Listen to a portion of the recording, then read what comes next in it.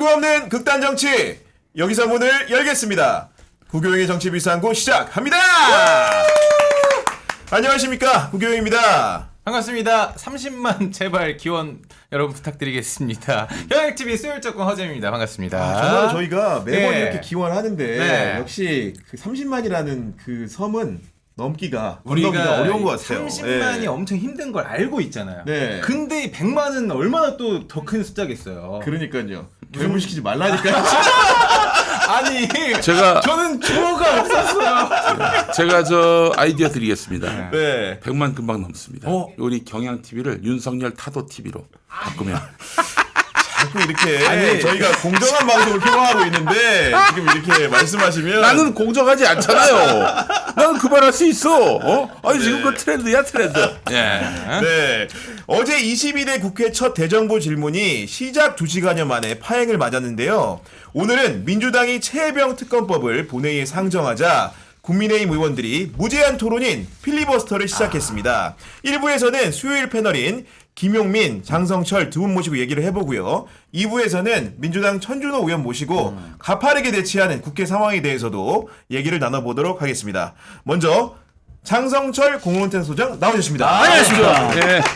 오늘 인사가 힘차신데요. 그러니까요. 아니, 지난주에 이게- 비해서 한결. 아니 우리 정치 비상구 때문에 네. 정치권이 더 출구 없는 극단 정치가 아, 우리 심하다. 때문에 그래. 우리 여기, 때문에 여기. 그래. 이 유튜브가 이제 오픈하면서부터 양당의 극단적인 대립이 더 심화됐다. 아니 근데 국회를 좀 많이 경험하셨잖아요. 솔직히 몸으로 이번 보려 그래요. 22대 국회 상황이 네. 그 과거에보다 심한 겁니까? 아니면 예년 수준인가 솔직히? 완전 네. 개판이죠. 완전 개판이다. 정말 네. 완전 개판. 근데 옛날에는 이 몸싸움이 있었잖아요. 근데 그렇죠, 네. 몸싸움만 제외하고는 평상시에 이렇게 개원하면서 이런 개판인 거는 처음 보죠. 처음부터. 완전 개판이죠. 처음부터 필리버스터 한 적 있어요? 그러니까요. 예. 처음부터 이렇게 막 파행되고. 단독으로 야당이 뭐 국회의장 뽑고 상임위원장 뽑고 이런 적도 없었잖아요. 그러니까요. 여당이 떡 하면은 웃긴 게 우리 본회의 안 들어간다. 그것도 문제 없잖아요. 상임위 안 들어간다. 여당이 안 들어. 와, 이것도 여당이 처음 보는 맞아요. 거야. 저 여당 PK 시위도 이렇게 흔한 일은 아니잖아요. 솔직히 보면은. 네. 다 국영의 정치 비상구 때문에. 저 때문이에요, 다? 아이. 국영의 정치 비상구 때문에 이렇게 왜냐면 여야 간에 극단 정치에 우리 잘 됩니다. 우리 어쩔 수가 없어요. 너무 조용하면 안 됩니다. 맞습니다. 지금. 30만 가야죠. 네. 이어서 김용민 시사평론가 어서 오십시오. 안녕하십니까. 반갑습니다. 예. 출구 없는 정치이긴 한데 사실은 우리 이 정치 상황을 보게 되면은 이게 막연히 양비론만으로 가기는 좀 어렵다. 뭐 물론 민주당이 아주 잘했다 이렇게 얘기하는 건 아니에요. 민주당도 지금 이런 국회 파행을 동의하거나 바람직하다고 생각하지는 않을 거예요. 다만 문제는 뭐 그냥 입법만 하면은 계속 거부권 행사하고 말이죠. 그리고 심지어 탄핵하려고 그러면 도망가고 아니 이런 식으로 나와버리면은 솔직히 정치를 어떻게 하자는 겁니까? 아니 저쪽이 저렇게 나가면 이쪽도 이렇게 나올 수밖에 없어요. 이쪽이라고 맨날 홈런 맞은 투수처럼 가만히 있어야 됩니까? 그건 아니잖아요. 그렇죠. 예, 그래서 지금도 이런 파행이 계속되고 있는 건 참 유감스럽고 안타까운 일이긴 한데 이 정치가 좀 그 뭐랄까 좀 자존감을 찾았으면 좋겠어요. 자존감을 특히 그 여당 지금 국민의힘이 용산 출장소 같은 그런 느낌을 받게 하는데 그렇잖아요. 좀 저쪽에서 말이 안 되는 것들이 있으면 그냥 거기서 쳐내고 좀 자존감 있게 그래서 야 국민의힘하고 대화를 하면은 뭔가 출구가 있겠구나. 이런 게 있어줘야 되는데 이건 뭐 완전히 용산의 하명으로 움직이는 그 정당이 돼버리니 이건 뭐 될 일도 안 되는 거죠. 안타까운 일이에요 이게. 현아는 이제 얘기할 텐데 어제 보니까 생신이셨다고. 아이고, 네. 뭐 축하드립니다. 아니 생신이야 누구나 다 있는 거 아닙니까? 예, 아이고. 뭐 갑자기 어제라는 게 특별한 거죠. 예. 네. 근데 저기 형이 이런 얘기할 때 보통 케이크를 하나 꺼내면서 이야기를 그래요? 하시지 않나요? 저희 공정하게 가야 아 맞아요, 건강하게. 누구만 해줄 수 없죠. 장 소장님도 예, 챙겨드리지 그러니까. 못합니다. 예. 공정하게 갑니다. 예. 아니 모르긴 몰라. 제가 슈퍼챗 샀지 어떻게 합니까? 모레 익명으로. 어제 예를 들면 제가 쐈을지 모르는 거잖아요. 그거는. 뭐를? 생일 선물로. 아 예. 생일 선물로. 안돼 언론인이라서 김영란법. 큰일 납니다. 예, 큰일 납니다. 얼마까지 쏠 수 있어요? 쏘면? 글쎄요, 저도 뭐 정확하게 그 금액을 모르겠는데요. 예. 부인 통해서 보냈어요. 부인 통해서. 다 출구가 있습니다. 예. 알겠습니다. 외국인 통해서 하신 건가? 예. 오늘도 들어봐야죠. 허재무의 이주연 장면 들어보겠습니다. 아, 준비했습니다. 근데 사실 경향TV 30만 구독을 위해서 우리 구 기자님이 정말 노력을 많이 하시거든요. 그래서 경향신문에서 또 우리 형님을 위해서 뭐 갖고 왔어요? 봉투를 또 예. 준비를 했습니다. 그래요? 예. 다 드릴 순 없고 이 중에 하나만 좀 골라주세요. 아, 잘 골라야 될 것 같은데. 하나 골라주세요. 예. 뭐 요걸로 고르겠습니다. 그걸로 네. 보여주시죠. 네. 이 봉투 안에 뭐가 있어요? 사퇴를 골라주셨습니다. 탄핵 카드와 사퇴 카드 역시 요즘 저기 잘 보고 계시는군요. 예. 방통위원장이 탄핵할래 사퇴할래 사퇴를 골랐습니다. 네. 기가 막히게 제가 또 갔네요. 네, 잘 고르셨어요. 네.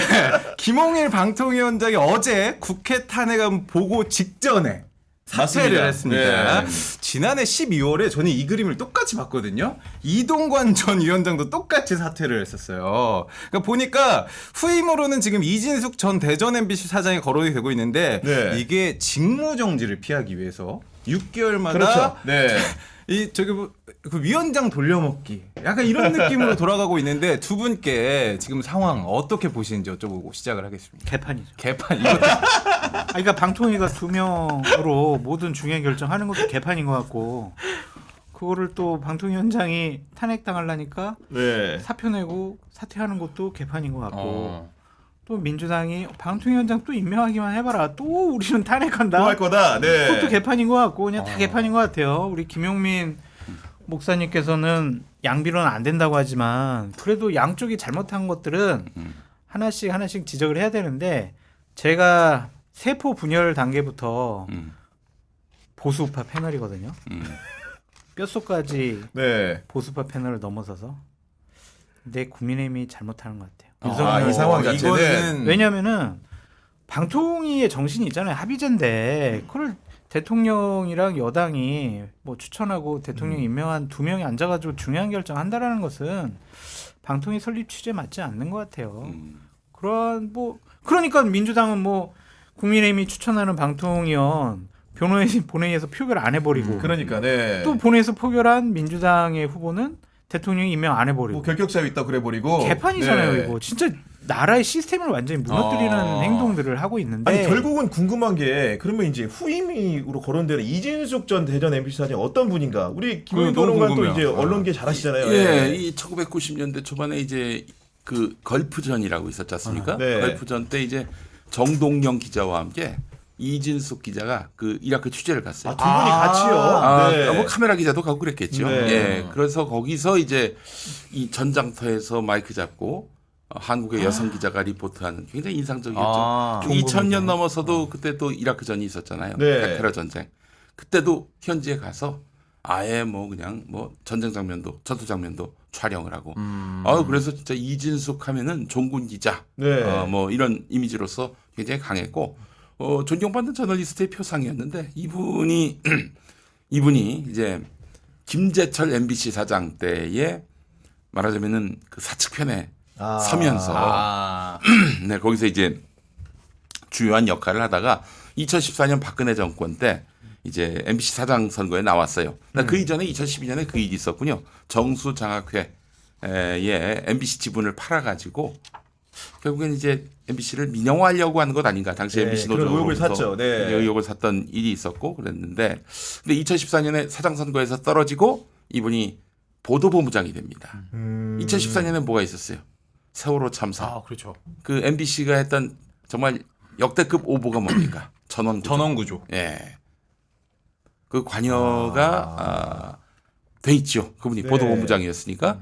하여튼 그런 일로 하다가 이제 문재인 정부 들어서고 촛불혁명이 이어진 다음에 이분이 2020년 총선 앞두고 새누리당 아니 그 당시 이제 자유한국당. 미래통합당 네, 미래통합당, 예. 미래통합당에 영입이 돼가지고 이분이 대구 선거에 나가려고 했다가 유성걸 후보한테 아주 대패를 하죠. 그러다가 또 이제 2022년 대선을 앞두고는 윤석열 후보 언론특보가 됩니다. 그러다가 이제 이 기세를 몰아서 2022년 지방선거에서 대구시장 나갔다가 우리 준표 형님한테 시원하게 또 한번 근데 원한이 있어요? 이진숙 그 뭐 왜요? 후보자랑 왜요? 이렇게 꿰고 있어요. 잘 알아요? 오늘 아니, 언론 이 좀 정도는 전문가시잖아요. 해줘야 되는 원래 미디어 비평 오래 아니 하셔가지고 내가 이런 지금 건 좋은 얘기 전문가예요. 해줬잖아. 예. 좋은 얘기 해주고 지금 아니 미리 제가 짠게 아니에요? 예, 잘못 보니까. 짠게 예. 아니라 너무 자세히 잘하고 알고 있어서. 있어. 네, 잘하고 계셔가지고.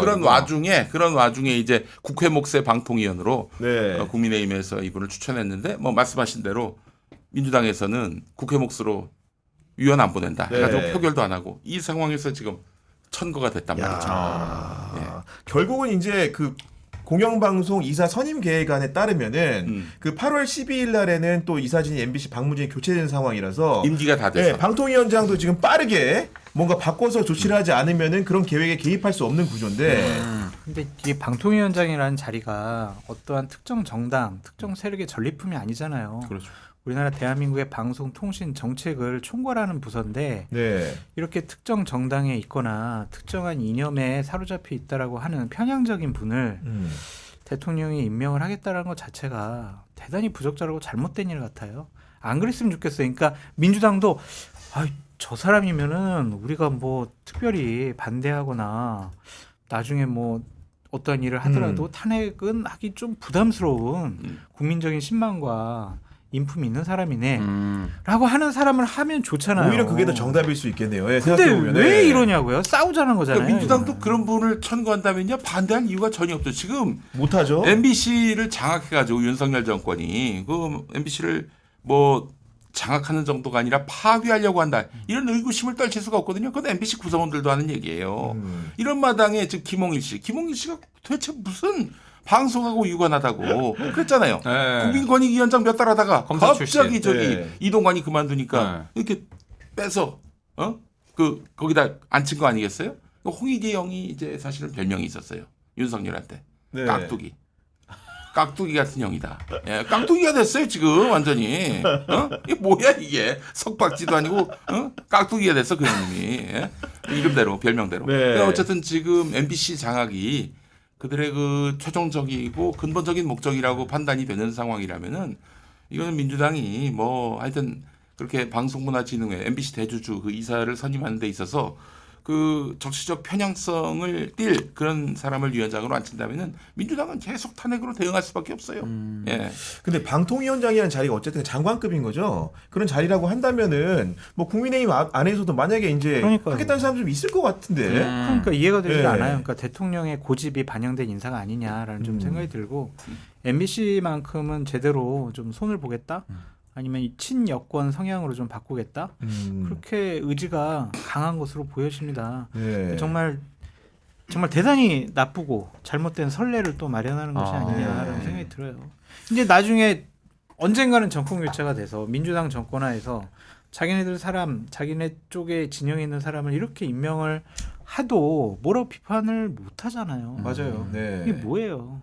참 이해가 되질 않아요. 그렇습니다. 네, 그 본격적인 토크 전에 광고 하나 전하고 이어가겠습니다. 여러분들은 보험을 어떻게 가입하셨나요? 많은 분들이 전문 설계사가 아니라 가족이나 지인 등을 통해 묻지마식으로 가입을 하셨을 텐데요. 그렇다 보니까 꼭 필요한 보장들이 포함됐는지, 지금 내가 보험료를 얼마나 내고 있는지 적정한 수준인지 모르는 경우가 태반이라고 합니다. 네, 오늘 이런 분들을 위해서 보험 점검 전문 업체를 소개해드리도록 하겠습니다. 더 착한 보험입니다. 요즘 경기 안 좋아서 보험료 나가는 것도 부담스러우신 분들 많으실 텐데요. 이럴 때는 보험료는 줄이고 또 보장은 유지하는 방법도 있다고 하니까요. 상담 한번 받아보시죠. 네, 예약만 하시면 전국 어디든지 무료로 방문 상담도 가능하다고 합니다. 평소 자신의 보험이 궁금하셨던 분들 계시면 꼭 한번 상담 받아보시길 권합니다. 네, 상담 예약은요. 대표번호 1644-1236 010-7612-3303번으로 전화 주셔도 되고요. 24시간 언제든지 문자, 카톡 남겨주시면 저희가 연락드리도록 하겠습니다. 그러니까 이게 보니까 뭐 자신의 보험 설계 같은 것들을 어떻게 좀 잘 알아보는 방법이 있는가 이렇게 네. 좀 살펴보자는 취지의 맞아요. 내용인데 네.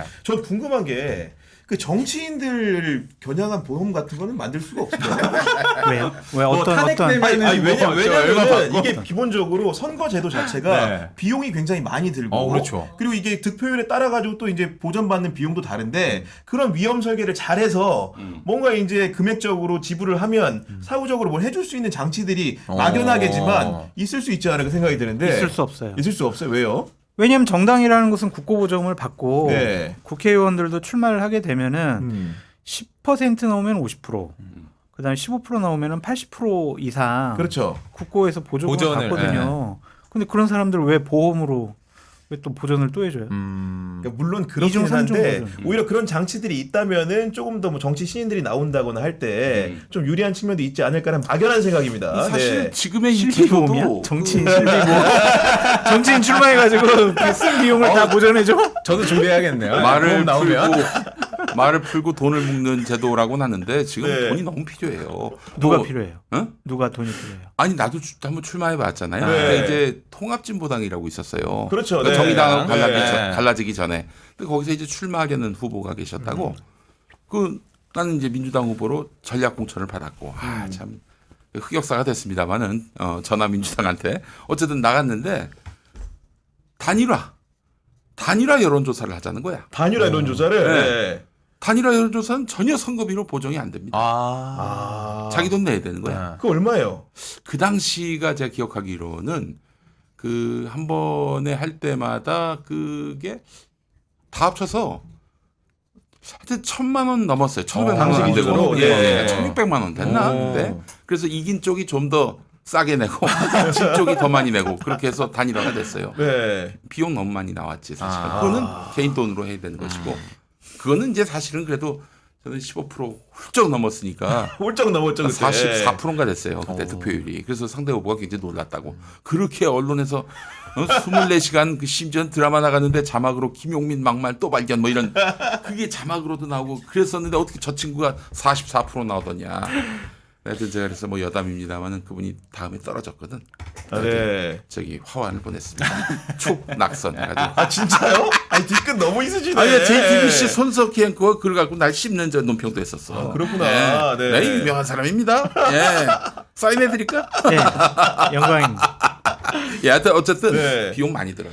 그 알게 모르게 아니 뭐 불법적으로 쓰는 돈은 물론 당연히 아니고요. 말할 것도 없고. 예. 근데 이제 뭐 이 선거비 보전 대상이 아닌 돈도 많고요. 그래서 힘들어요. 근데 예. 자기 돈 가지고 안 쓰더라고요. 정치인들. 저는 내 돈 갖고 썼습니다. 못 믿겠어요. 내가 정치인들 저런 말은 못 믿겠어요. 정치인들의 돈과 관련된 공식적인 멘트는 나 솔직히 못 믿겠어요. 그래서 요즘 제가 이제, 예. 20년 동안 보아온 것들이 있어가지고 네. 돈이 없다라고 하는 정치인들, 이게 뭐 유재석이나 뭐 이효리 걱정하는 거랑 똑같아요. 연예인 걱정은 하는 게 아니다. 네. 정치인 걱정하지 마세요. 굉장히 뼈 있는 말씀을 요즘에 그래서 해주셨습니다. 그 네. 신인 정치인들은 펀딩 이런 것들 많이 또 이용을 하잖아요. 맞아요. 예. 본인 신인 정치인은 목돈이 힘들어요. 없으니까. 아 그래요. 그것도 신인 정치는 힘드는데 현역 국회의원이라든지 출마자 양당의 공천을 받은 출마자들은 15% 넘을 일이 높으니까. 아, 가능성이 높으니까. 어렵지 않아요. 걱정하지 마세요. 실비보험 필요 없습니다. 알겠습니다. 오늘 그 윤석열 대통령에 대한 국회 탄핵 소추안 발의를 촉구하는 국민동의 청원이 100만 명을 넘어섰다고 합니다. 오전에 넘어. 장수장님 이거 좀 어떻게 봐야 됩니까? 저는 어젠가요? 그 대통령실의 김수경 대변인이 뭐 탄핵은 뭐 헌법과 법률 위반해야지 우리가 뭘 잘못했는데 지금 이런 걸 하냐고 네. 이런 식의 논평을 한 것 같은데 그런 태도는 좋지 않은 것 같아요. 그러니까 탄핵이라는 단어가 총선 때까지만 해도 대단히 무겁고 어려운 단어였거든요. 맞아요. 근데 이제는 일반 국민들이 탄핵이라는 단어를 너무 쉽게 받아들이고 말을 하고 정치권에서도 검사 탄핵, 뭐 방통위원장 탄핵, 탄핵이라는 단어의 무게감이 완전 없어졌어요. 너무 쉬운 단어가 됐어요. 이것에 대해서 정말 심각하게 생각을 해야 돼요. 집권 세력은. 현재까지는 대통령이 헌법과 법률을 위반한 게 안 드러났지만 향후에 다른 어떠한 것들이 폭로가 되거나 아니면 공수처 수사를 통해서 최상병과 관련된 대통령의 부적절한 개입이 드러나게 되면은 이거는 바로 탄핵을 해야 된다라는 맞아요. 야당의 네. 주장이 나올 수 있고 국민들이 그거에 대한 거부감이 되게 낮을 것 같아요. 계속 탄핵이라는 얘기를 지금 뭐 1년째 듣고 있으니까. 맞아. 너무 익숙해졌어요. 그렇죠. 네. 거부감이 없잖아요. 옛날 박근혜 탄핵 처음 할 때만 해도 탄핵하면은 가면서 봐 이거 우리가 어떻게 되는 거지? 나라의 존망이 문제되는 걸 생각했는데. 근데 이제는 한 번도 해봤고 되게 쉬운 단어가 돼가지고 대통령실에는 윤석열 대통령에게는 대단히 위험한 수준까지 왔다. 그런데 선생님 그 조금만 반대로 생각해 보면 그만큼 국민의 목소리가 더 잘 전달된다라고 생각을 할 수도 있잖아요. 당연히 그런 뭐 분석이나 평가나 옳으신 말씀이고 국민들이 이러한 탄핵 뭐 국민 동의 청원 이런 것을 통해서 본인들의 뜻과 의지를 바로바로 반영할 수가 있어서 괜찮긴 한데 이런 것들이 이제 여권이나 대통령실에서는 에이 좌파들이 자기네들 동원해가지고 에이 김용민 TV 같은 데서 막 탄핵 여기 가서 동의하라고 막 해서 그런 거 아니냐고 이게 일반 국민의 뜻이냐고 이런 식의 판단과 공격을 하잖아요. 그거는 잘못된 반응이다. 아니 저는 이렇게- 놀란 게 그 100만 명 넘었다고 하는데 아까 우리 방송 전에 여쭤보니까 정작 그 김용민 평론가께서는 본인 주장에 따르면 아직 이렇게 참여하지 않았다 이렇게 못했어요. 말씀하시더라고요. 예. 지금 하려고 해도 지금 네. 보니까 지금도 말이죠. 지금 102만이 넘었어요. 102만이 넘었는데 현재 대기 인원이 2만 5천 명 가까이 되고 네. 한 35분 기다리라고. 나 이런 못 하거든. 어떻게 35분 동안 기다립니까? 나같이 바쁜 사람이. 이런 분들이 많을 거예요. 네. 지금 그 102만이라고 하는데 벌써 2만 5천 명 가까이가 지금 대기하고 있으면은 오늘은 아니더라도 내일 아침쯤엔 또 110만이 넘어갈 겁니다. 그러니까 이게 또 보니까 시한이 있어서 아마도 7월 7월 20일까지 이렇게 아마도 이제 참여할 수 있다고는 하던데. 이 시즌이 아주 기가 막힌 게 그 7월 19일이 최상병 일주기입니다. 그리고 아마 내일쯤 이제 그 네, 국회에서 법안이 통과가 되면은 네. 15일 안에 뭐 거부권을 맞아요. 발동할 네. 수 있잖아요. 그 국회로 돌아오면은 그 시기야 또. 그런데 여러 가지 겹쳐지는군요. 예, 예. 그렇기 때문에 이 폭발력은 뭐 정말 어느 정도까지 커질지는 뭐 상상할 수가 없는 거예요. 목사님이 생각하실 때 100만 지금 102만인데 어디까지 그러면은 지금 200만은 넘는다고 봐야죠. 200만은 넘는다. 200만은 넘는다고 봐야죠. 근데 사실 이게 숫자가 뭐 많아질수록 이 목소리의 무게감은 높아지는데 다른 뭐 효력이나 이런 것들은 있나요? 이제 나하고 생각이 같은 사람들이 이렇게 많나? 여기 자신감이 붙고요. 그래서 이제 시민사회단체가 7월 13일에 그 최혜병 일주기 전주에 토요일에 100만 지표를 예고했어요. 예, 그래서 아마 이 세결집에도 굉장히 도움이 되지 않을까 하는 그런 생각이 네. 듭니다. 우리 구교영의 정치 비상고 이 구독자분이 네. 30만 명일 때랑 100만 명일 때랑 느낌 여러분들의 다르죠. 마음가짐이나 이 느낌이 어떠겠어요? 실질적으로 눈에는 보이지는 않잖아. 우리 100만 명 우하고 뭐 30만 명. 근데 네. 야, 우리 뒤에는 100만 명이 있다. 우리를 이렇게 구독하고 항상 지켜보는 지지해주는 분들이 사람이 있다. 네. 네. 그거랑 이제 그것도 100만 명이랑 200만 명이랑은 아마 그리고 추진하려고- 유튜브 같은 경우는 로그인을 해서 이제 구독 버튼만 누르면 되는데 이건 얘기 들어봤더니 본인 인증하는 맞아요. 절차도 인증해야 돼요. 뭐 소셜 네트워크 서비스 인증도 안 된다면서요. 그러다 보니까 약간 까다롭다고 얘기를 하더라고요. 나도 네. 처음엔 그 문재인 정부 청와대 때 그 국민청원 그건 줄 알았더니 아니에요. 그거는 뭐 3개나 할 수 있다고 하고요. 네. 그래서 그 청와대 청원에서 문재인 대통령 사퇴 맞아요. 요구에 그때 많았잖아. 146만, 예, 예. 146만인데 한 3분의 1로 나눠야지 그러면은. 예? 봤어요? 분석해봤어요? 예. 어쨌든 그거는 뭐 그 소셜 네트워크 서비스 그 아주 그 흐름한 그 인증 과정이기 때문에 네. 뭐 국회만큼 신뢰성이 있다고 보기는 어렵죠. 근데 국회는 지금 일일이 다 인증을 하는 것이고 200만은 딱 200만이에요. 곱하기 3할 수가 없습니다. 예, 그렇기 때문에 무게가 있는 청원이다. 입법 네. 청원이니까 또. 예. 근데 어제 이제 대정부 질문 같은 경우에는 좀 이렇게 초반에는 잘 진행되는가 싶더니 결국은 김병주 의원이 나와가지고 이제 거친 언사를 하면서 영상 중간에 봤어요. 이제 중단되고 결국은 이제 완전히 산회돼버린. 박수 치세요 지금. 왜? 김병주 의원님 축하드립니다. 왜요? 당선? 최고위원 당수 확정. 본인의 존재감이 높아졌다. 제가 봤을 때는 네. 뭐 선임 최고위원, 수석 최고위원이 되지 않을까. 아마도 축하드립니다. 조선이지만. 네. 확 떴어요 지금. 상한가 가지고 거래 정지야 지금. 아니 근데 표현이 보면은 김병주 의원이 이게 정신 나간 국민의힘 의원이라는 표현을 썼다는 맞아요. 건데 네. 이 표현은 좀 어떻게 아니, 생각하십니까? 잘못됐죠. 네. 동료원한테 정신 나갔다고 그렇게 표현을 써요. 이거는 대단한 망발이에요. 부적절한 말이고 잘못된 네. 말이에요. 이건 당연히 사과해야 될 말인데 이거는 본인이 실질적으로 국민의힘 의원들이 정신 나갔다라고 생각을 할 수도 있겠지만 전당대회 용이라고 좀 보여져요. 왜냐면은 의도가 있었다. 전당대회 용이죠. 컨설팅이 좋았던 거예요? 네. 지금 막 이제 민주당 지지층에서는 김병주 잘했다. 막 어. 지금 원래 언급도 안 되던 분이었는데 지금 막 와 김병주 막 영상 쇼컷 따가지고 쇼츠 따서 막 서로 돌리고 야 잘한다 그냥 응원 문자 후원금 폭증할 겁니다. 이미 전 당선이다. 그래서 근데 네. 김병주 의원이 판단. 그런 발언 하자마자 저는 여당에서 기다렸다는 듯이 막 파행으로 이끌어갔다라는 빌미를 느낌이- 준 거죠. 빌미를 빌미를 준다. 그냥 아이 눈치만 보세요. 야, 저 바라보고 언제 우리가 이거 그냥 뒤집어 볼까 그랬는데 결정적으로 이제 이런 빌미를 준 너무 거죠. 막 약속된 플레이처럼. 아니, 그리고 바로 뭐 나오더라고요. 일부에서는 아유 어제 최상병 특검법안 본회의에 상정을 해야 되는데 김병주 당신 때문에 못했네. 김병주 당신이 좀 민주당의 전략적인 판단을 하는 데 있어서 회방꾼이야. 뭐 이런 평론을 하시는 분들도 있던데 저는 그거보다는 민주당 지지층 분들의 마음을 김병주 의원이 너무나 잘 대변해줘가지고 완전 지금 인기 폭발. 네? 아니 지금 안 그래도 이승윤 서정신님이 김무성 대표도 이제 문재인 정부 때 그런 표현을 썼다고 했는데 안 그래도 제가 좀 검색은 해봤거든요. 했더니 2012년 12월에 박근혜 새누리당 후보 캠프에 김무성 대표께서 이제 총괄선거대책본부장일 때 문재인 당시 민주통합당 후보에게 정신 나간 노무현 대통령 정권의 2인자라고 말한 적이 있다고 하는데 이건 이제 여기서 제가 그때 말씀해 주세요. 총괄선대 본부장의 특보였죠. 근데 써준 거 아니죠? 아이 절대로 안 쓰죠. 아니죠, 예. 아니, 왜 그러시냐고 내가 이렇게 막말하시면 안 된다고. 네. 절망 뭐라 했어요. 그래서 저는 이 문제를 이렇게 뭐 물론 정치적 의도가 뭐 없었다고 제가 말할 수는 없죠. 그런데 네. 이제 기본적으로 정의의 관점에서 한번 보자고요.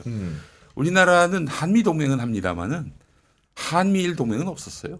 뭐 한미일 동맹 처음 들었어요. 사실은 이제 동맹이라고 하는 미국밖에 거는 없어요, 이건 원래는. 어떤 이 정치적 수사가 아니라 굉장히 관념적인 네. 단어가 아니라 말 그대로 이 의미가 분명한 특정돼 있는 규정돼 있는 것이기 때문에 이 한미일 동맹까지 가려면은 국회 비준을 받아야 됩니다. 대한민국이란 간판으로 뭐 대외적으로 무슨 조약을 맺거나 비준을 하거나 이럴 때에는 무조건 국회 동의를 얻어야 되는 거예요. 근데 어느 날 갑자기 한미일 동맹이 돼버렸습니다. 이거는 일본이 어떤 나라입니까?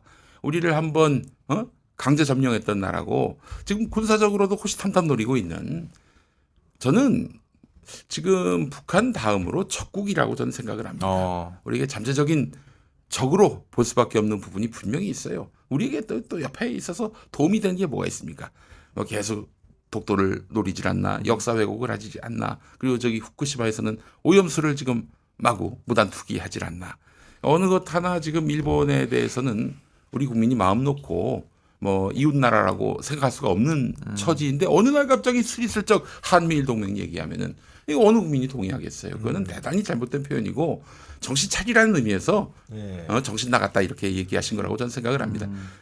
이런 점에서 보면은 김병주 의원이 얘기한 거는 그분은 또 이제 사성 장군 출신 아닙니까? 네, 육군대장. 네. 한미 연합사 부사령관이고 그렇죠. 그분은 또 그날 보니까 그 한덕수 총리하고 대화를 나눌 때 한미 동맹을 당연하다. 더 강화시켜야 된다. 이런 얘기까지 했다고요. 그런 의미에서 보자면은 그분이 어떤 출신을 감안해 보자면은 한미일 동맹은 있을 수 없다라는 거는 뭐 저는 군인 정신에 해당하는 그런 발언이라고도 생각이 들고 또 하나 이 사실은 국회 운영이 우리가 봤잖아요. 그 아주 개판됐잖아요. 개판된 게 그 정을호 민주당 의원이 질의하고 있는 중에 위원장한테 이제 한마디 했거든요. 그 자기 시간에 자기가 발언한 건데 아니 왜 당신은 의사진행 발언을 하냐면서 그 이미자 의원이 끼들었어요. 네. 그래가지고 그것 때문에 아니 내 시간에 내가 얘기하는데 뭐가 문제해서 옥신각신하다가 나중에는 뭐 그 회의를 이끄는 이 박찬대 위원장이 갈피를 못 잡는 거야. 당황했지. 당황했지. 그래서 조용히 하라고 그랬는데 조용히 하질 않으니까 또 저 배현진 의원이 그냥 크게 소리 지르고 그랬어요. 네. 배현진 의원 입 닫으세요. 입 닫으세요. 그거 갖고 사과하라고 이게 또 너무 꼬리 무는 것 같아요. 이게 저는 아니 그래도 동료원한테 입 닫으세요는 말이 안 되죠. 그건. 그래요? 어쨌든 왜냐하면 제가 같이 패널이에요. 그런데 김용민 목사님한테 입 닫으세요. 말하지 마세요. 입 닫으세요.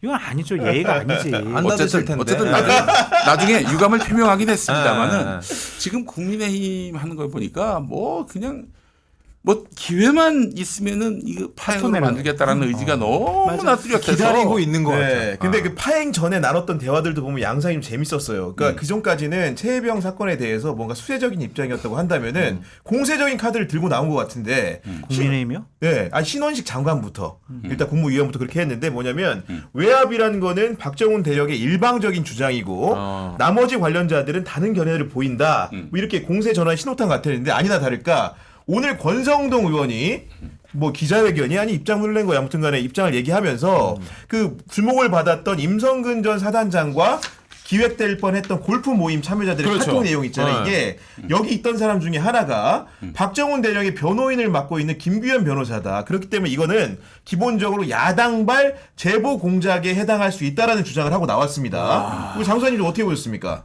제보 공작이 아니라 국회에서는 또 뭐 다른 진영에 있는 분들은 이런 거 입수해가지고 상대방을 곤혹스럽게 만드는 공격의 수단으로 쓰는 건 당연한 거죠. 본인들은 안 그랬나요? 제가 신원식 국방부 장관과 권성동 의원하고 개인적으로도 친분 관계가 다 있어요. 근데 자꾸 박정훈 대령과 관련해서 이런 얘기를 하고 이렇게 최상병과 관련된 문제와 관련해서 이런 식으로 얘기하는 거는 두 분 다 너무 추해 보여요. 정말 대단히 부적절하고 잘못된 공직자나 국회의원으로서 전 자격이 없다라는 좀 생각이 들거든요. 할 말이 없으면 억지 부릴 거면 차라리 입 다물고 가만히 계세요. 두 분 다. 제발 부탁입니다. 내가 예전에 그렇게 친하게 지냈던 게 정말 창피할 정도예요. 좀 그러지 마세요. 제발 부탁드립니다. 아, 그 네. 저는 또 이거 보면서 느끼는 것이 지금 여권 인사들이 누구를 열심히 쉴드를 치는가라고 했을 때 김건희 여사를 좀 더 성의 있게 쉴드를 치고 있는 게 아닌가 그런 느낌을 받습니다. 또 굉장히 이거는 치명적이거든요. 네. 그렇잖아요. 그 저기 도이치모터스 주가 조작 그 관련자하고 네. 임성근 그리고 김건희 양자 사이에 그 이종호 씨라는 분 지금 거론되고 있잖아요. 네. 그분의 존재가 드러나자 굉장히 내심 여권에서는 불편했던 걸로 그렇죠. 알고 있어요. 예. 그래서 지금 이 사안과 관련해서 이걸 터뜨리면은 이게 김규현 변호사 아니겠어요? 네. 김규현 변호사의 실체를 드러내면 이건 공작이다라고들 생각할 줄 알겠지만 그러나 이 질문에 대한 답을 하지 않았다면 이거는 공작으로도 보일 수가 없어요. 어? 왜 당신은 밟히고 밟히는 투스타 임성근을 옹호하는가? 윤석열 대통령에 대한 질문이 말이죠. 여기에 대해서 답을 하지 않고 있는 상황이란 말이에요. 게다가 김건희 여사 연루설 이거는 네. 또 굉장히 사실로 보이고 말이죠. 뭐 살펴봐야 될 사안 중에 하나가 보이죠. 네, 근데 여기에 대해서는 감추고 막 그냥 그 보완만 신경 쓰고 있어요. 아, 보완만 신경 쓰고 있어요. 보완만 신경 쓰고 있어요. 이거는 문제가 있습니다. 네. 네. 아, 그러니까 운영의 과정에서도 보면은 뭔가 팩트의 나열을 좀 해줬으면 좋겠는데 비서실장이나 뭐 예를 들면 김태효 차장이라는 이런 분들이 대부분 블로킹만 하려고 하고 질의에 대해서 그런 사실 관점에서 뭔가 입장을 내놓는 건 별로 없었던 것 같아요. 잘 모르겠는데요. 보고받지 못했는데요. 이런 거죠. 본인들 아니, 그러니까, 바보 되면서 네. 대통령과 김건희 여사를 보호하겠다라는 강한 의지를 표현한 것이 아닌가. 네. 그런 작전을 짜고 나온 것 같다라는 생각이 들고요. 네. 정진석 비서실장이 보통 사람 아니에요. 근데 처음 보고받 뒤에서 막 보고 받고 예. 저한테 지금 보고받았는데 죄송합니다. 제가 2달밖에 안 돼가지고 죄송해요. 네. 운영이 나오는 비서실장이 현안 파악도 안 해오고 오선 의원 아닙니까? 5선이죠. 그러니까 이거는 그렇게 짜고 나온 거예요. 아. 거기에 민주당이 저는 말렸다고 생각해. 오히려 예. 박찬대 원내대표도 좀 착한 분이고 막 거의 이미자, 김정재, 배현진이 하니까 당황해가지고 어쩔 줄 몰라 하시고 화력이 조금 딸렸다 그렇게 보여지는데 안 맞는 것 같아요. 이건 잘못된 거예요. 그 많은 국민들이 의혹을 갖고 있고 여러 가지 정황상으로 대통령이 관여된 거다라는 뭐 통화도 나오고 내역도 나오는 거 아니에요? 맞아요. 근데 네. 그냥 무작정 보호하려는 게 맞는 것이냐? 그렇다고 국민들 민심 돌아오지 않습니다. 저기 장승철 소장님 제가 궁금한 게 있는데 02800에 7070이죠? 네, 맞습니다. 네. 그저 누구 전화입니까? 그래서 제가 대통령실에 근무하는 네. 후배들한테 전화를 해가지고 네, 물어봤어요. 쭉 나와요 이제. 네. 모르겠대요. 에이. 아니 그러니까 모르겠다라는 걸 보면은 네. 공유가 안 된 전화번호인 거예요. 오. 그러니까 당연히 실무자들끼리는 각 부서별 전화번호를 다 배치표가 공유하죠. 있겠죠, 당연히. 예. 거기에 없다는 거예요. 이 번호가 없대. 야 이것도 모르겠대. 특종인데? 이것도 특종 아닐까 싶은데? 뭘 특종이에요, 그냥 없대요. 그냥. 그래서 모르겠다 그러더라고. 이 번호가 누구 건지. 이 번호가 5층에 있었다. 대통령실 5층에 있었다. 네. 뭐 그런 얘기 나오던데. 주장들이 돌출돼 있죠. 근데 일부에서. 5층은 예. 이제 안보실이 있는 곳. 맞아요. 예, 그렇다고 하더라고요. 안보실은 예. 아니라고 그 현장에서는 답을 한 것 같고. 운영위원회에서 네. 얘기가 나왔고요. 그래서 뭐 집무실 아니면 부속실 아닐까 이런 얘기들은 많이 5층에 들었습니다. 뭐가 있느냐? 우리 네. 김건희 여사님의 영접 하는 공간이 있어요. 에이. 손님을 만나는. 아니 그 보도가 나왔어. 보도가 나온 거야. 검색해봐. 김건희 5층. 그리고 김 여사님 또 오늘 굉장히 김영민 TV 좋아하시거든요. 나오는 거 아니죠? 검색하면. 아니. 보도 기사로 나와요. 네. 이 정규 언론사에 5층에 뭐 영접실이 마련됐고 우리 저 윤 대통령은 2층에 집무실이 있다는 거 아니에요? 김건희 여사 그렇게 뭘 잘못했습니까? 예? 저 도저히 이런 방송 같이 못하겠습니다. 예? 입을 닫아주세요. 이거 좀 쇼츠로 하나 만들어주세요. 예. 이것까지 만들어주세요. 쇼츠로 만들어달라고 하나까지 아이 만들어주세요. 그건 빼고. 아니 그러니까 이렇게 의문이 과거 기사 검색해보면 다 나오거든요. 네. 그럼 이렇게 의문이 증폭돼 있으면 성의 있는 답변을 해서 정말 김 여사를 보호할 마음이 있었다면은 그렇게 보호할- 나와야지. 저 우리 청주석 실장은 뭐예요? 그거? 기밀입니다. 기밀이다. 보완입니다. 보완이다. 뭐 이러고 아니 뭐야 도대체 그게 매기는 거지. 아니 왜냐면 그 02800-7079 전화가 중요한 게 이 수사해협 사건의 시발이에요. 왜냐면 7월 31일에 그 수석보좌관 회의라는 거죠. 끝나고 나서 이제 전화를 걸은 거잖아요. 11시 장관, 57분인가. 장관한테 전화를 걸면서 이 사태가 촉발이 됐기 때문에 그렇죠. 이 전화를 누가 어떻게 걸었냐는 너무너무나 중요한 건 맞습니다. 맞아요. 네. 근데 공수처에서는 이거는 우리가 뭐 수사해야 되나? 뭐 그런 식의 반응인 것 같아요. 그게 보니까 말이 제대로 되나요? 수사가 안 예. 된 것 같아요. 이 부분에 대해서는 밝히려고 하는 것을 대단히 부담스러워하는 것 네. 같아가지고 빨리 특검으로 가서 이 상황 파악을 해야죠. 아니 저는 대통령실 근무를 안 해봐서 그런데 운영이 문답 과정에서 보면은 그 회선을 바꿨다는 의혹을 제기했잖아요. 이 통화가 문제가 되자. 내가 저 어제도 네. 전화를 해봤는데 네. 지금 누가 통하고 있대요. 누구하고. 아 그게 아니라 전 국민이 다 한 번씩 맞아요. 눌러봐가지고 그거는 계속 통화 중입니다. 계속 통화 중. 저도 해봤는데 그냥 한 번씩. 근데 어쨌든 해보는데, 대통령실의 실무자들도 모르는 전화번호다. 아, 그러면 과연 누가 쓸까? 그건 좀 한번 생각을 해봐야 될 것 같아요. 아니, 그리고 근데, 네. 솔직히 천하람 개혁신당 원내대표가 말 잘한 것 같은데 맞아요, 그 잘했더라고. 네. 네. 누군가가 실무자 거면 안 밝힐 이유가 없잖아요. 아, 그렇죠. 그럼요. 네. 네. 근데 그걸 모르겠다라고 계속 잡아떼는 거 보면 밝힐 수 없는, 아. 밝혀서는 안 되는 합리적으로 그런 의심이- 분이 사용하는 전화번호. 아니 아까도 같은 얘기지만은 예 아니오로 답변하거나 아니면 팩트를 얘기하면 이거는 어떤 번호입니다. 이렇게 얘기하면 되는데 자꾸 숨기니까 팩트를 얘기 안 하니까 의심이 증폭되는 그렇죠. 거잖아요. 네. 예. 그렇잖아요. 예. 이런 거 좀 클리어하게 얘기할 필요가 아, 있는데 그렇죠. 예. 클리어하게 이야기할 수 없는 형편이겠죠. 그렇기 때문에 얘기 못하는 거 아니겠습니까? 저 네. 너무 궁금한 게 목사님이 지금 전화하셨다고 했잖아요. 예. 만약에 목사님 받으시면 뭐라고 하실 거예요? 아마 버퍼링 상황이 왜 받으세요? 이렇게? 누구세요를 먼저 물어봐 주세요. 예. 누구세요를. 누구세요? 아니 MBC 기자가 그 번호로 전화했다는 거 아닙니까? 대통령실 맞다고. 네. 어떤 여성분이 전화를 받았다고 그런 하는데. 소문도 있다고 하던데. 아니, 그 보도가 나왔어, 영상으로. 보도가 영상 나왔나요? 예, 그것도, 예. 근데 지금은 그 번호로는 통화가 안 된다. 네. 예, 그래서 이거는 일부러 증거인멸한 거 아니냐. 그랬더니 대통령 총무비서관 그 양반이 아니 직원이 뭐 늘어나면은 회선을 더 늘릴 수 있고 번호 바꿀 수도 있는 거 아니냐. 이렇게 또 블러핑을 치던데.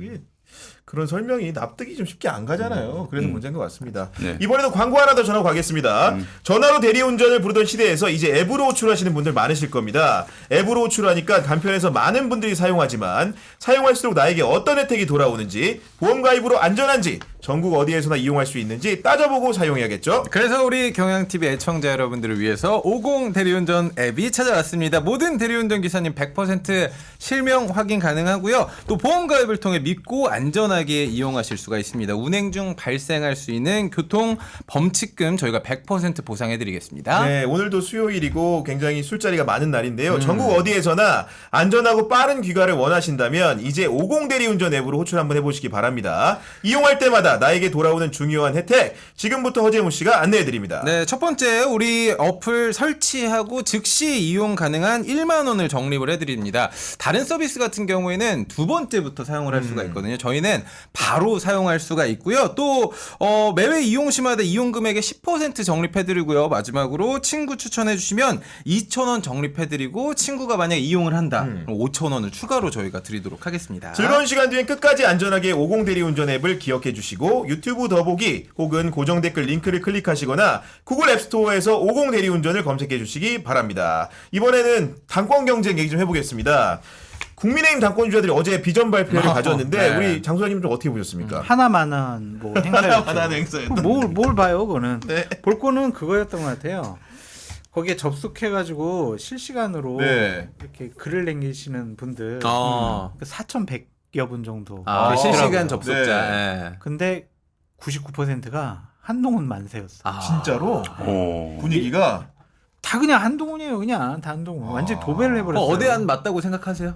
그러니까 거기에는 이제 뭐 위두훈이라고 위두훈이 해가지고 팬클럽 있잖아요, 팬클럽이 카페. 그냥 대규모로 와가지고 이렇게 한 건데 확실히 한동훈에 대한 팬덤층은 있는 것 같다라는 좀 생각이 들고 어대한이라는 분위기가 거기서도 좀 읽을 수가 있는데 아주 미묘하게 여러 가지 복잡 단안한 일들이 대단히 많이 벌어지고 있어요. 어떤 겁니까? 이면에서 벌어진 일들. 그러니까 지난주 주말에 제가 각 캠프에 있는 실무자분들하고 여러 가지 얘기를 나눴더니 이제 원희룡 캠프 쪽에 있는 분들은 이번 주부터 세게 드라이브를 걸겠다고. 그래서 뭘 세게 드라이브 네. 걸었더니 하여튼 보십시오. 원희룡도 메시지 내고 이제 물밑에서 당원 작업도 다 한번 하려고 한다. 그렇게 얘기를 하더라고요. 그러니까 막 배신자 프레임도 계속 맞아요. 세게 막 걸었어요. 예. 오늘도 막 야, 언론 오늘 유튜브 나와서도 SBS 김태현의 정치쇼 나와서 그 깜짝 놀랐습니다. 그거 발언 보고. 아휴, 여러 가지 부적절한 발언을 많이 했죠. 네. 원희룡 후보가. 그리고 당원들도 슬슬 지금 분위기가 올라오고 있다고 그러더라고요. 그래요? 그러니까 뭐냐면은 이제 홍준표, 이철우, 막 김태흠, 이장호 이런 그러니까 충남까지. 네, 윤석열 대통령을 지지하는 단체장들이 한마디씩 막 거들잖아요. 맞아요. 왜 거들겠어요? 용산의 분위기를 읽으니까. 그러니까 냄새가 나는 거죠. 그렇죠. 용산에서는 한동훈 안 돼. 알지? 알아서 움직여. 일단 이런 분위기인 거 알잖아요. 네. 그러니까 이렇게 한 마디씩 툭툭 던지는 거고 여러 가지를 이제 분석을 해보니까 지역구 국회의원의 70%가 원희룡 후보에게 붙어 있습니다. 아 그래요? 진짜요? 그리고 그 70%가 정도가요? 붙어 있고. 그래서 그 윤석열 대통령이 저 원희룡 후보 밀어주니까 네, 70%가 붙어 있고 한동훈 후보를 미는 주력군들은 비례대표가 많아요. 아. 그래가지고 그걸 공격하는구나. 그래서 현실적으로 예. 당원 동원 능력에서는 비교가 안 돼요. 지역구가 아니기 때문에. 비교가 안 되고 한동훈 후보 측은 아이 우리가 뭐 대세인데 우리가 뭐 당원 조직 할 필요 있어? 조직 본부장 이런 거 필요 없어. 이렇게 생각을 하더라고요. 제가 이거 당신들 큰일 난다. 예를 들면은요. 합동 연설에 가잖아요. 네. 한동훈 후보 측의 보수파의 그 당원 동원력이 가장 강한 분이 거기 붙어 있거든요. 그럼 어떻게 하냐면 합동 연설회장 맨 앞 뭐 잘 보이는 데를 다 원희룡 후보 지지자들로 다 깔아요. 그러고 플랜카드부터 시작해서 막 기구들 해가지고 네. 완전히 기싸움에서 그냥 죽여버리는 거예요. 한동훈 나와서 막 발언을 하면은 발언 못하게 하고 그때 원희룡 하면서 네. 이 분위기를 마치 막 잡는 거예요. 예전에 이명박 박근혜 그 뉴스 할 때처럼 그렇게 연설을 할 되면은요. 때처럼. 네. 한동훈 후보를 지지하는 당원들 같은 경우에는 위축되는 거예요. 야 이거 우리가 대세인 줄 알았는데 밀리나 보네. 현장에 와보니까 당원들이 야 대부분 원희룡이네. 그러니까. 위축돼가지고 지역 가서 말을 못 꺼내. 그리고 분위기가 야 대단하다. 그 합동연설의 밖에서는요 차전놀이까지 해요. 뭐 하면서 그 전당대회 체육관 유세 그런 거잖아요. 뺑뺑이 지금 뭐 이거 뭐 돌리고 상모 네. 돌리고 막 난리가 아니란 말이에요. 거기도 완전히 장악을 한단 말이에요. 그러면은 이거 초반 기세가 원희룡한테 넘어갈 수가 있다. 그러면서 더 중요한 거는 영남의 당협위원장들이나 국회의원들은 아직 움직이지 않고 있거든요. 네. 거기는 그냥 버튼만 하나 누르면은 쫙 퍼지는 그런 조직들이거든요. 그러니까 지금 움직일 필요도 없는 거예요. 그래서 지금 막 여론조사를 해봐가지고 원희룡이 앞서네, 당원들 안 움직이네 이런 분위기가 있긴 하지만 이거 딱 한순간 딱 다음 주에 누르기 시작을 하면은 그냥 판이 확 넘어갈 수도 있다. 그래서 1차에서 한동훈이 안 될 네. 가능성이 현재로선 지금 하면은 저는 높다고 봐요. 왜냐하면은 조직에 대해서 전혀 신경을 안 쓰고 있다. 그래서 제가 충분히 다 얘기를 해줬어요. 이거 큰일 난다 너희들. 네. 합동 연설회장부터 완전히 작살난다. 그 준비를 잘 해라. 그렇게 얘기를 해줬는데 얼마나 이거를 진지하게 받아들였는지. 잘 그럼 소장님이 모르겠어요. 공식적으로 컨설팅을 해주신 거네요? 공식적은 아니고 제가 원희룡 네. 쪽에서 친한 사람 많고 그래요? 다 네. 이렇게? 나경원 쪽에서 친한 사람 많고 윤상현 쪽은 윤상현은 뭐 나올 필요도 없는 아니 근데 그 여당 대표 선거다 보니까 대통령실도 아까 말한 대로 얼마나 관심이나 촉각이 있겠습니까? 보통 이런 선거를 하면 우리 정무수석실이 좀 이렇게 밑작업을 좀 하나요? 어떤가요? 예. 뭐 얘기 들은 거 있어요? 네? 뭐 얘기 들은 거 있어요? 네? 흔들림 말씀 좀 해보세요. 좀 이렇게 들은 말을 좀. 예. 그 얘기를 하면 안 될 것 같고 네. 하여간 정진석 비서실장은 이번 전당대회 개입하면 안 된다라고 상당히 엄명을 내놓는 상황입니다. 공식적으로. 엄명을 내렸음에도 불구하고 혹시나 대통령실에서는 그래도 나라에 충성하는 마음으로 움직이는 사람 있을 수도 있잖아요. 그 대단히 위험한 질문 같은데. 그 되게 흉흉한 소문이 많아요. 네. 방송에서는 말씀드리기가 어려운 네. 흉흉한 소문이 많은데 제가 보기에도 그냥 넘어갈 것 같진 않아요. 네. 그럼 결국은 아까 말한 대로 70% 정도의 지역구 국회의원들이 그 원희룡 후보에 대해서 직간접적인 지지를 하고 있다라는 거는 물밑에 그런 정서들이 아마도 전해진 바가 있을 것 그리고 같다. 한 가지만 네. 더 말씀드리면 대구, 경북, 부산, 경남에 좀 나이 드신 당원분들 같은 경우에는 탄핵 트라우마가 있다는 거예요. 그래서 자꾸 원희룡 쪽에서 우리가 생각에는 먹히지도 않을 배신자론을 왜 그러니까 왜 하나? 꺼내냐면 예. 배신을 할 거다. 한동훈이가 되면. 그러면 대통령 탄핵된다. 그렇죠. 그러면은 국민의힘은 여당이 아니고 완전히 이제 이전에 박근혜 탄핵 때처럼 보수파 진영이 완전히 망가질 거다. 당신들 지금 당원들 그럼 그걸 원하느냐. 이거에 대한 대단한 두려움이 있다는 거예요. 그래서 서서히 탄핵에 대한 이 두려움과 거부감이 나타나서 원희룡 쪽으로 당원들의 움직임이 나타날 거다라는 게 있고 이준석 대표가 개혁신당으로 나가면서 탈당을 하면서 이제 바뀌어야 된다. 윤석열 잘못하고 있네라고 생각하는 당원들은 거의 대부분 다 빠져나갔대요. 그때 탈당을 그 해서 포지션이 20% 정도 되는데 어. 그분들은 다 탈당해가지고 개혁신당으로 갔다. 네. 그렇기 때문에 한동훈이 얻을 표가 생각보다 당원들 많지 않을 사이에서 수가 많지 있다. 않다. 예. 그런데 또 하나의 측면은 샤이 한동훈 당원표가 있다라고 하더라고요. 아직 드러나지 않은. 그러니까 3년이나 남았고 대통령 지켜야지. 우리가 지금 한동훈 편 드는 게 맞아? 근데 지난 총선 해보니까 윤석열이 등장하고 윤석열이 전면에 나서니까 우리 총선 졌어. 네. 민심도 지지율도 떨어져. 그러면 윤석열은 아닌 것 같은데 3년 남아서 내가 지금 한동훈을 지지한다고 하는 것은 대단히 나 위험스러운 거니까 나는 입 다물고 가만히 있을래. 그러고 그냥 전당대회 날 나는 그냥 이렇게 투표만 그냥 한동훈 할래. 그런 샤이 한동훈 표가 샤이 있다. 한동훈 표가 있다. 그런 얘기도 좀 하더라고요.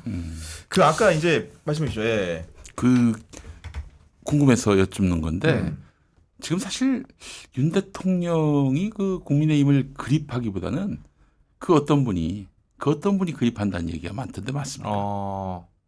자꾸 그러니까 오늘 목사님하고 우리 목사님이 위험한 발언들을 하시는데 네. 절대로 김건희 여사는 그럴 뿐이 아니다. 네. 라고 말씀을 그건 좀 본인 드리고. 생각이죠. 네. 생각이지 네. 실상은 다를 수 있고. 아니 잠깐 예. 그 김태현의 정치쇼 내용을 모르는 분들이 있을 거죠. 소개를 좀 드릴게요. 네. 원희룡 후보가 오늘 SBS 라디오 김태현의 정치쇼에 이제 전화로 출연하신 것 같아요. 해내가지고 진행자인 김태현 변호사가 어대한 흐름이 바뀌었는지 계속되는지를 물었어요. 네. 그랬더니 원래 없는 어대한이라고 한 뒤에 김태현 변호사가 한동훈 전 위원장의 절친인 것을 잘 안다. 그럴 리 없다고 믿지만 편파적으로 하면 안 된다. 이렇게 얘기를 했다는 거예요. 세 번이에요. 세 유명해. 번. 근데 여기서 그게 한 게 아니고 중간에 또 이제 특검 관련해 가지고 그럼 뭐 이제 거부권 행사 재의결 폐기가 반복될 거 아니냐. 그럼 전국 주도권을 어떻게 하냐 이렇게 얘기했더니 그게 궤변이라고 이미 말했다고 하면서 진행자가 한동훈 친구라고 그렇게 하면 안 돼요. 이렇게 했다는 거예요. 제가 오늘 아침에 거기 김태현 나갔다 왔는데 네. 되게 격앙돼 있더라고요. 김태현 그 진행자가 그분도 그렇고 거기 있는 스태프분들이. 네. 왜냐하면 어쨌든 공정한 방송을 추구하고 있는데 이런 식으로 낙인을 찍어버리면 오해받을 수가 있는데 왜 이런 얘기를 세 번이나 했냐. 그러니까요. 그래서 네. 대단히 불쾌하게 생각을 하고 있더라고요. 원희룡 후보는 라디오만 가면 이렇게 좀 싸우는 모습이 많이 연출돼가지고. 근데 이게 다 의도된 거예요. 의도된 거. 의도된 이게 한동훈 후보가 이 방송에 처음 나온 건 맞거든요. 이제 선거를 개시한 다음에 맞아요. 라디오 인터뷰를 처음 한 것도 맞는데 네. 이제 그런 걸 염두에 두고 아마도 하지 않았을까. 그렇게 얘기를 했는데 네. 일단은 원희룡 후보가 이러한 초반의 네거티브 전략은 어느 정도 지금 먹힐 먹히고 가능성이 상당히 높아지고 있다. 그렇게 보여져요. 그래서 이번 주말 지나 보면 분위기가 어떻게 잡힐지 네. 우리가 판단할 수가 있는데 그 소장님은 그걸 어떻게 된다고 보시는 거예요? 주말 지나면은. 어대안은 좀 사라진다. 아니 이제 한동훈이 되긴 될 텐데 1차에서 되기는 쉽지가 않아 보인다라는 좀 생각이 들고 2차 가선 된다. 2차 가서야 뭐 나경원 표가 다 원희룡한테 가지도 않을 테니까 지금 당내 될것 구성원들 특히 저 한동훈 전 위원장의 네. 그 정치적 상대자들 경쟁자들은 다 이 사람이 배신자다 이 프레임을 지금 씌우고 있는 맞아요. 상황인데 네. 만약에 2차 가서라도 된다고 된다면은 하더라도. 그 이 당은 이제 완전히 그러니까요. 저도 8년당 최고위도 8년당 당되는 거 아닙니까? 정확하게 이제 우리 목사님 말씀해 주셨고요. 근데 선거는 결국에는 과거냐 미래냐의 싸움이잖아요. 예. 네.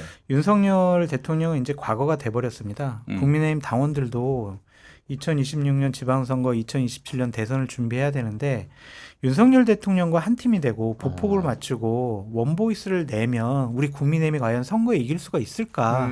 그런 고민을 할 수밖에 없을 거예요.